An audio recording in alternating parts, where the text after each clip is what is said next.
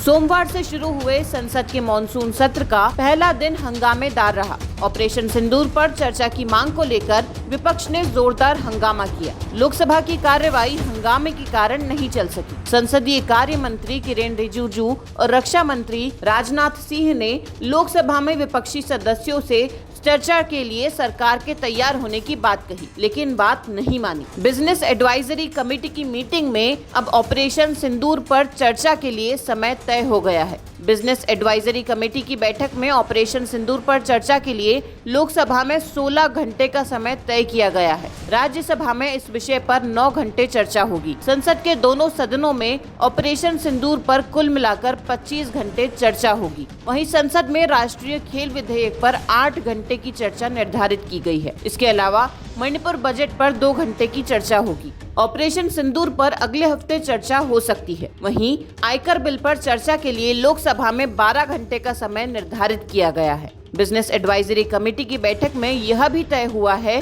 कि संसद में शुभांशु शुक्ला के अंतरिक्ष मिशन सफल वापसी पर भी चर्चा होगी। बिजनेस एडवाइजरी कमेटी में विपक्षी दलों ने यह भी डिमांड रखी कि ऑपरेशन सिंदूर पर चर्चा के दौरान प्रधानमंत्री, गृह मंत्री और रक्षा मंत्री सदन में मौजूद रहें। समाजवादी पार्टी के प्रमुख अखिलेश यादव ने बैठक के बाद कहा कि सभी ने समर्थन दिया। हर दल चाहता है कि प्रधानमंत्री सदन में उपस्थित रहे। वहीं कांग्रेस संसदीय दल के डिप्टी लीडर गौरव गोगोई ने कहा कि आज बिजनेस एडवाइजरी कमेटी की बैठक से कांग्रेस संतुष्ट नहीं है। उन्होंने कहा कि ऑपरेशन सिंदूर पर चर्चा को लेकर सरकार गंभीर नहीं है। गौरव गोगोई ने कहा, ऑपरेशन सिंदूर पर चर्चा के लिए समय का जिक्र नहीं किया गया है, कोई आश्वासन नहीं दिया गया है। उन्होंने कहा कि सरकार चर्चा के लिए समय निर्धारित करना चाहिए। गौरव गोगोई ने सवालिया अंदाज में कहा कि सरकार वीर सपूतों को किस प्रकार का संदेश देना चाहती है।